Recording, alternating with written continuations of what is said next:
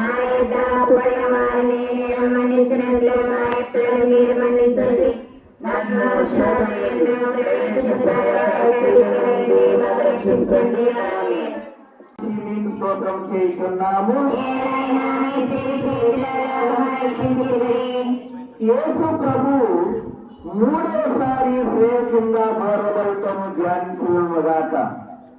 గాయముల వల్ల మార్గమున వారి దేహముల నుండి రక్తము ప్రవాహముగా పారినప్పుడు కొందరు స్త్రీలు వారిని ఎంత పరితాపకరమగు స్థితి ఎందు చూచి కనికరపడి ఏడ్చిరి.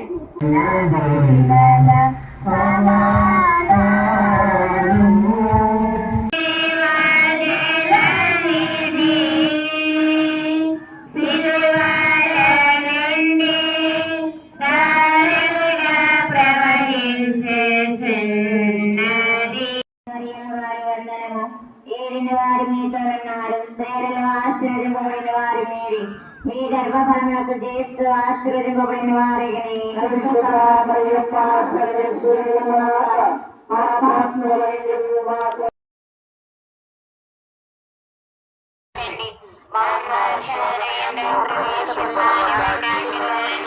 రక్షించండి. ఆమేన్.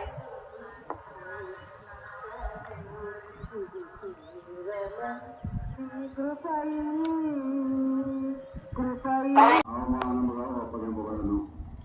అబద్ధ శాస్త్రం వల్ల నేరం మోపబడను. పరిణామతో పట్టబడను.